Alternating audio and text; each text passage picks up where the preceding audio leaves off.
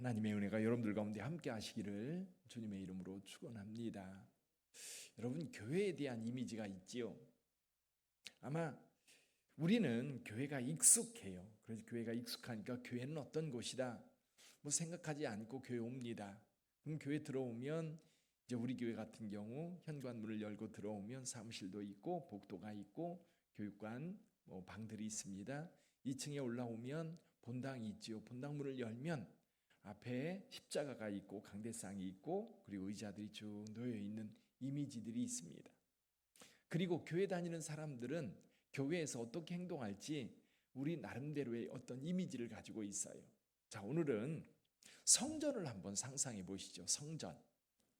자, 여러분들이 성전에 들어갔다면 성전에서 느끼는 느낌이 어떤 걸까요?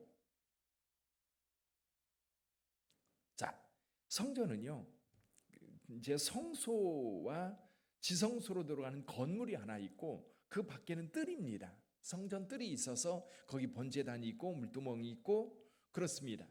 그럼 성전 안에 들어가면 이 헤롯 성전, 예수님께서 이 사역하실 때 헤롯이 지었던 이 성전은 이방인의 뜰이 있고요, 이 여인들의 뜰이 있고요, 그리고 이스라엘의 뜰이 있습니다.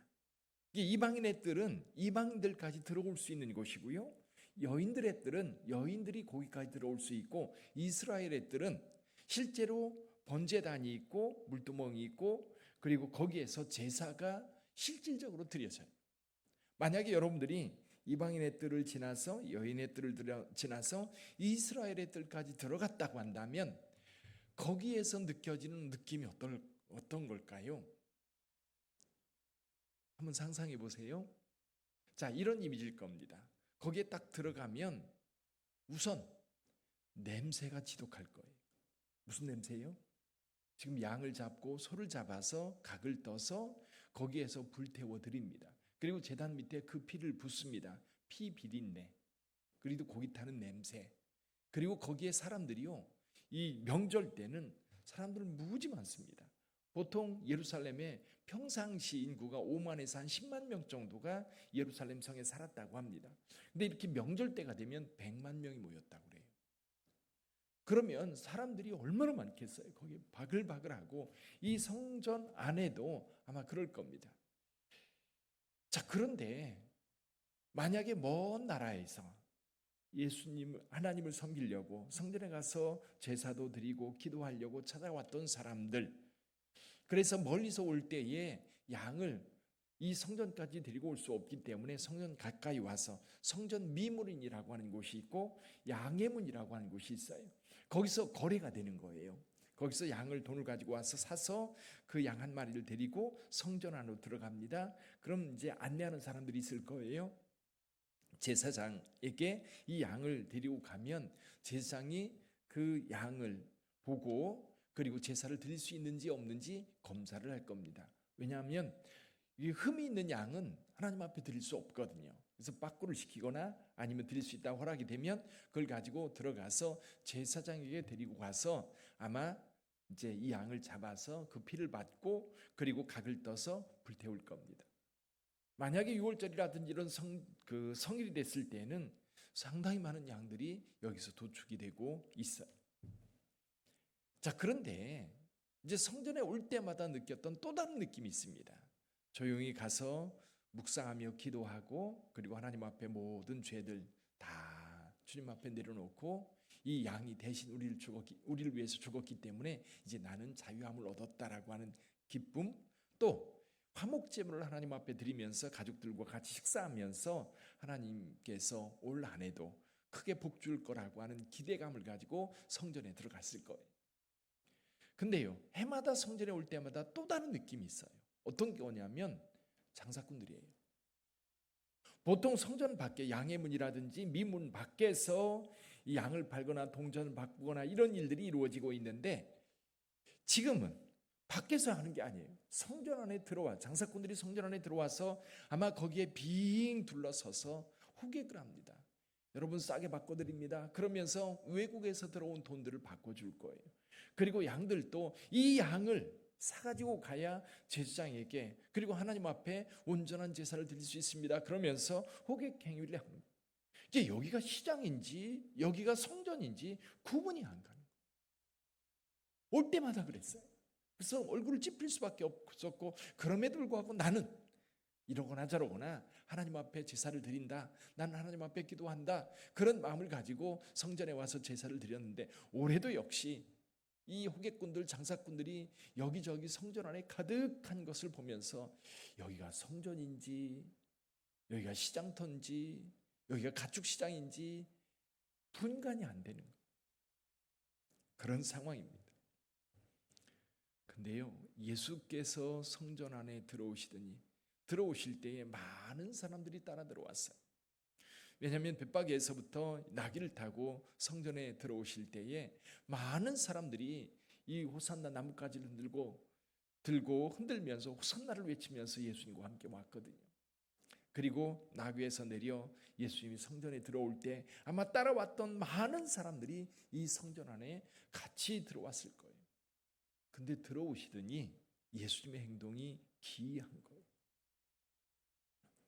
그 행동이 그냥 조용조용, 보통 때 같으면 조용조용 행동하시다가 어느 한 곳에 앉으시면 사람들이 모이면 그곳에서 사람들을 가르치셨는데, 오늘은 그렇지 않으시는 거예요. 돈 바꾸는 자들의 상을 다 들러엎습니다. 다 들러엎고, 그리고 비둘기파는 자들 의자를 빼앗아 뒤집어 엎습니다. 양떼들을 다 성전에 내몹니다.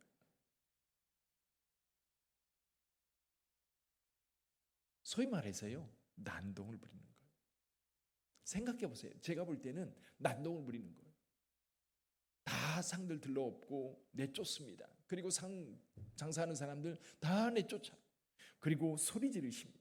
여기 보니까 예수님께서 이렇게 말씀하십니다. 13절 보니까 이렇게 말씀하세요. 그들에게 이르시되 기록된 바 내 집은 기도하는 집이라 일컬음을 받으리라 하였거늘 너희는 강도의 소굴을 만드는도다. 계속해서 이 말씀을 외쳤을 거예요. 예수님은 이것을 조용조용하지 않았어요. 오히려 다 사람들이 보라고 지금 행동도 크게 하고 소리도 쩌렁쩌렁 울리면서 이 말씀을 하고 계세요. 자, 이 광경을 여러분들이 보고 있었다면 어떤 느낌이 오실 것 같아요?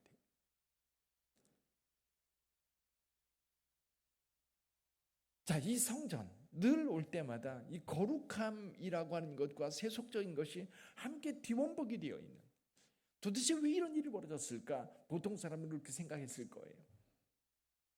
그리고 여기 성전 안에서 이 장사하는 분들, 좀 여기 안 들어오면 안 되나? 그러면 생각되어지는 것이 분명히 누군가가 허용했기 때문에 들어와서 이 일을 하고 있을 거라고 하는 생각이 들어요. 다른 때 같으면 이 성전 안에 늘 거룩한 곳이기 때문에 사람들이 지키고 있어서 장사꾼들은 들어오지도 못했어요. 그런데 지금 그런 룰이 다 깨어져 버리고 거룩한 곳이 오히려 세상 장터가 된 거예요. 예수께서 선포합니다. 이는 기도하는 집, 내 집은 기도하는 집. 기도하는 집이라는 게 뭐예요?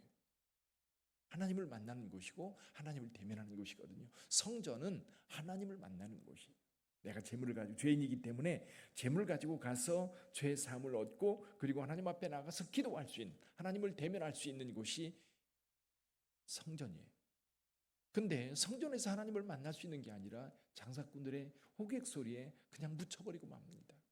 어디 한쪽에서 기도할 수도 없어요. 성소는 못 들어갑니다. 성소는 제사장들만 들어가는 곳이기 때문에 아마 그 뜰에서, 그리고 한쪽에 솔로몬 행각이 있으면 그쪽에서 어느 한 자리 조용히 앉아서 묵상하면서 하나님 앞에 기도하고 싶어도 그럴 수가 없는,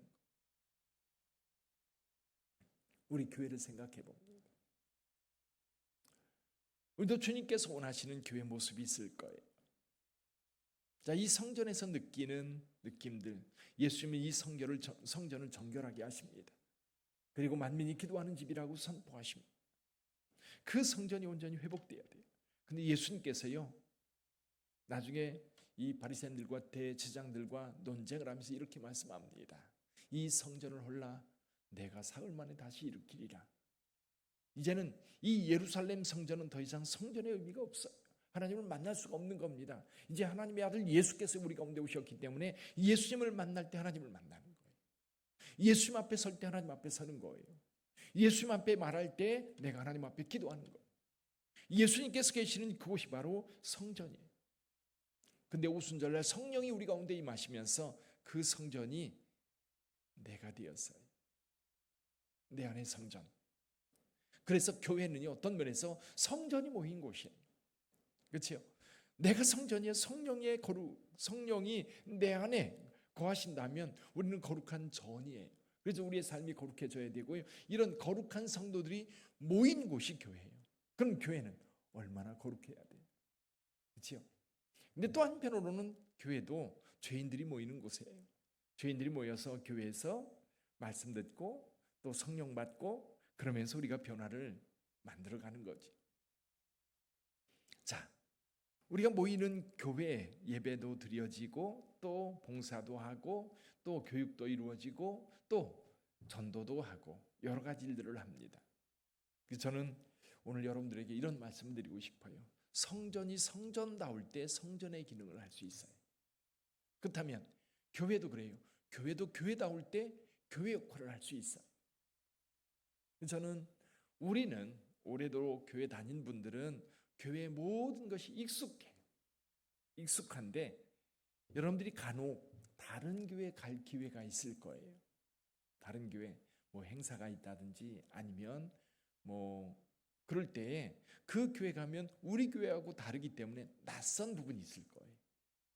근데 이 낯선 것이 좀 새롭다. 또 느낌이 굉장히 좋다. 이런 느낌이 드는 경우도 있고 또 어떤 경우는 교회가 왜 이러지? 이건 교회 이미지가 아닌데? 그런 느낌이 들 때도 있어요. 왜냐하면 교회라고 하는 곳이 우리가 가지고 있는 이미지들이 있거든요. 아까 처음 우리가 얘기했을 때 교회에 대한 느낌, 또 성전에 대해서도 이런 거룩한 곳일 거로다 그런 개념을 가지고 있었던 것처럼.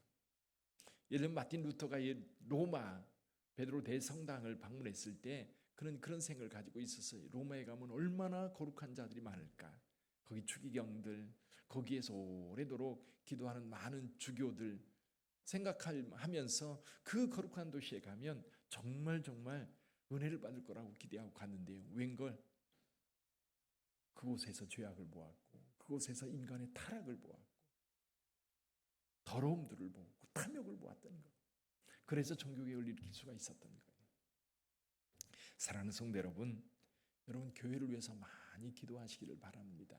우리 빛된 교회 주님이 오시는 그날까지 주님의 몸된 교회의 그 거룩성을 계속 유지해 가고 누가 들어오든지 와서 주님을 만나고 주님 앞에 기도하고 주님의 은혜를 경험할 수 있는 곳 빛된 교회가 되어야 될 줄 믿습니다. 그래서 여러분 교회를 위해서 기도할 때에 교회의 인간적인 탐욕이나 인간적인 욕망들이 교회 안에 이렇게 흘러들어와서 이곳에서 뭔가 좀 유익을 얻으려고 하는 그런 것들 다 배제하고 순수하게 하나님을 만나는 교회가 되게 해주세요. 하나님 앞에 서는 교회가 되게 해주세요. 그렇게 함께 기도하는 저와 여러분들이 되기를 주님의 이름으로 축원합니다. 기도하겠습니다.